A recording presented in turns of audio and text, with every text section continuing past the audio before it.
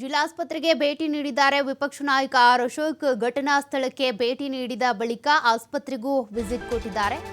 ಗಾಯಾಳುಗಳ ಕುಶಲೋಪರಿ ವಿಚಾರಿಸಿದ್ದಾರೆ ವಿಪಕ್ಷ ನಾಯಕ ಆರ್ ಅಶೋಕ್ ಅವರು. ಘಟನೆ ಹೇಗಾಯಿತು ಅನ್ನೋದರ ಬಗ್ಗೆ ಗಾಯಾಳುಗಳಿಂದ ಮಾಹಿತಿ ಪಡ್ಕೊಳ್ಳುವಂತ ಪ್ರಯತ್ನ ಮಾಡಿದ್ದಾರೆ. ವೈದ್ಯರಿಂದ ಚಿಕಿತ್ಸೆಯ ಬಗ್ಗೆನೂ ಕೂಡ ಮಾಹಿತಿ ಪಡೆದಿದ್ದಾರೆ ಆರ್ ಅಶೋಕ್ ಅವರು. 16 ಜನರನ್ನ ಮಾತನಾಡಿಸಿದ್ದಾರೆ ವಿಪಕ್ಷ ನಾಯಕ ಆರ್ ಅಶೋಕ್. ಆಸ್ಪತ್ರೆ ಭೇಟಿ ವೇಳೆ ಅಶೋಕ್ಗೆ ಬಿಜೆಪಿ ನಾಯಕರು, ಬಿಜೆಪಿ ಮುಖಂಡರು ಸಾಥ್ ಕೊಟ್ಟಿದ್ದಾರೆ. ಜಿಲ್ಲಾಸ್ಪತ್ರೆಗೆ ಭೇಟಿ ನೀಡಿರುವಂತಹ ಆರ್ ಅಶೋಕ್ ಗಾಯಾಳುಗಳನ್ನು ವಿಚಾರಿಸಿದ್ದಾರೆ. ಜೊತೆಗೆ ಗಾಯಾಳುಗಳಿಗೆ ನೀಡ್ತಿರುವಂತಹ ಚಿಕಿತ್ಸೆ ಬಗ್ಗೆ ಸ್ಪಂದಿಸ್ತಿದ್ದಾರೆ. ಹೇಗಿದೆ ಅವರ ಕಂಡೀಷನ್ ಅದ್ರ ಬಗ್ಗೆ ವೈದ್ಯರ ಬಳಿ ಕೂಡ ಮಾಹಿತಿಯನ್ನು ಪಡ್ಕೊಂಡಿದ್ದಾರೆ. ಆರ್ ಅಶೋಕ್ ಅವರಿಗೆ ಬಿಜೆಪಿ ಮುಖಂಡರು ಇದೇ ವೇಳೆ ಸಾಥ್ ಕೊಟ್ಟಿದ್ದಾರೆ.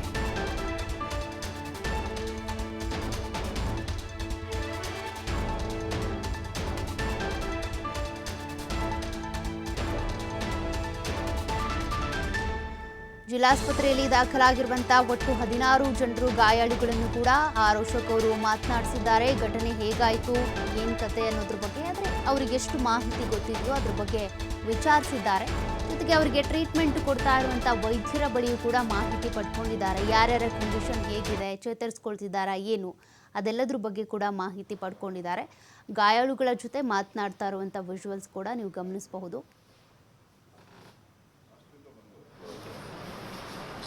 ಗೊತ್ತಾಯ್ತಾ ಏನೋ ಆಗಿತ್ತು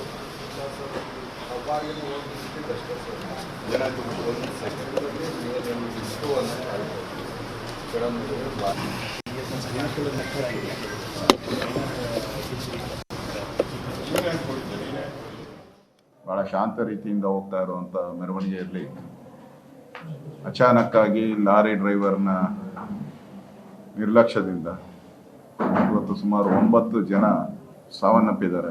ಆ ಸಾವನ್ನಪ್ಪಿರೋ ಮನೆಗಳಿಗೆ ಸುಮಾರು 4 ಮನೆಗಳಿಗೂ ಕೂಡ ನಾನು ಹೋಗಿ ಭೇಟಿ ಮಾಡಿದ್ದೀನಿ. ಎಲ್ಲ ಕಾಲೇಜ್ ಸ್ಟೂಡೆಂಟ್ಸ್. ಒಬ್ಬರು 94% PCMB ಓದ್ತಾ ಇರೋವಂಥ ವಿದ್ಯಾರ್ಥಿ. ಇಲ್ಲಿ ಅಡ್ಮಿಟ್ ಆಗಿರೋರೆಲ್ಲರೂ ಕೂಡ ಇಂಜಿನಿಯರಿಂಗ್ ಕಾಲೇಜ್. ಗಣೇಶನ ಹಬ್ಬ ಆಗ್ತಾ ಇದೆ, ನೋಡೋಣ ಅದನ್ನು ಅಂತೇಳಿ ಕಾಲೇಜಿಂದ ಆಚೆ ಬಂದು ಗಣಪತಿ ಮೆರವಣಿಗೆಯಲ್ಲಿ ನಿಂತಿದ್ದ ಸಂದರ್ಭದಲ್ಲಿ ಆಗಿರ್ತಕ್ಕಂಥ ಘಟನೆ. ಇದು ನಿಜಕ್ಕೂ ಭಾಳ ನೋಡ್ತಾ ಇರ್ತಕ್ಕಂಥ ಸಮಾಚಾರ. ಎಲ್ಲರೂ ಆಲ್ಮೋಸ್ಟ್ ಆಲ್ ಎಲ್ಲ ಯುವಕರೇ, ಎಲ್ಲ ಕಾಲೇಜ್ ಸ್ಟೂಡೆಂಟ್ಸ್. ಉಳಿದವ್ರು ಕೆಲವರೋ ಫಸ್ಟು ಮೋಟ್ರ್ ಬೈಕಲ್ಲಿ ಹೋಗ್ತಾ ಇರೋನು ಬುದ್ಧಿರೋ ಮಾತ್ರ ಸ್ವಲ್ಪ 53 ವರ್ಷ ವಯಸ್ಸಾಗಿದೆ. ಎಲ್ಲರೂ, ನಾನು ಎಲ್ಲರ ಮನೆಗೆ ಹೋಗಿದ್ದೆ, ಯಾರೂ ಧನಿಕರು ಯಾರೂ ಇಲ್ಲ, ಎಲ್ಲ ಬಡವರೇ. ಒಬ್ಬೇ ಮಗ ಇರ್ತಕ್ಕಂಥದ್ದು. 2 ಮನೆಗೆ ಹೋದಾಗ ಅವ್ರ ಒಬ್ಬರೇ ಮಗ, ಅವರೇ ದಿಕ್ಕು. ಇಲ್ಲೂ ನಾವು ನೋಡ್ತಾ ಇದ್ದೀರಿ ಕಾಲೇಜ್, ಅವರೆಲ್ಲ ಹೇಳ್ತಾ ಇದ್ರು ನಮಗೆ ಇನ್ನು ಕಾಲೇಜ್ ಎಕ್ಸಾಮ್ಸ್ ಇದೆ ಇನ್ನು 2 ತಿಂಗಳಲ್ಲಿ, ನಾವು ಇಲ್ಲಿದ್ದೀರಿ, ನಮ್ಮ ಎಕ್ಸಾಮ್ ಗತಿ ಏನು ಅಂತ ಕೇಳ್ತಾ ಇದ್ವಿ. ಅದಕ್ಕೆ ಅಲ್ಲಿನ ಕಾಲೇಜ್ ಪ್ರಿನ್ಸಿಪಲ್ ಇರ್ಬೋದು, ನಮ್ಮ ಎಜುಕೇಷನ್ ಮಿನಿಸ್ಟ್ರಿ ಇರ್ಬೋದು, ಹೈಯರ್ ಎಜುಕೇಷನ್, ಅವರೆಲ್ಲರೂ ಕೂಡ ಇದ್ರ ಬಗ್ಗೆ ಗಮನ ಹರಿಸ್ಬೇಕು. ಮತ್ತು ಏನು ಪರಿಹಾರ ಕೊಟ್ಟಿದ್ದಾರೆ ನಾವು ಮನೆಗಳಿಗೆ ಅಲ್ಲಿ ಹೋಗಿ ಭೇಟಿ ಮಾಡಿದಾಗ ಎಲ್ಲರದು ಅದೇ ಕಂಪ್ಲೇಂಟು ಮತ್ತು ಆಗ್ರಹ. 5 ಲಕ್ಷ ಕೊಟ್ಟಿದ್ದಾರೆ, ಅದರಿಂದ ಏನು ಮಾಡೋಕ್ಕೆ ಸಾಧ್ಯ ಇಲ್ಲ, ಮುಂದಿನ ಜೀವನ ಹೆಂಗೆ. ಇನ್ನು ಕೆಲವರು ಮದುವೆ ಆಗ್ಬಿಟ್ಟಿದ್ದಾನೆ, ಈಗ ತಾನೇ ಕೆಲವು 1-2 ವರ್ಷ 3 ವರ್ಷದಿಂದ ಮದುವೆ ಆಗಿದ್ದಾರೆ, ಮಕ್ಕಳಿದ್ದಾರೆ. ಈ ಥರದ ಪರಿಸ್ಥಿತಿ. ಯಾರಿಗೂ ಅರ್ಧ ಎಕರೆ 1 ಎಕರೆ ಮೇಲೆ ಜಮೀನಿಲ್ಲ.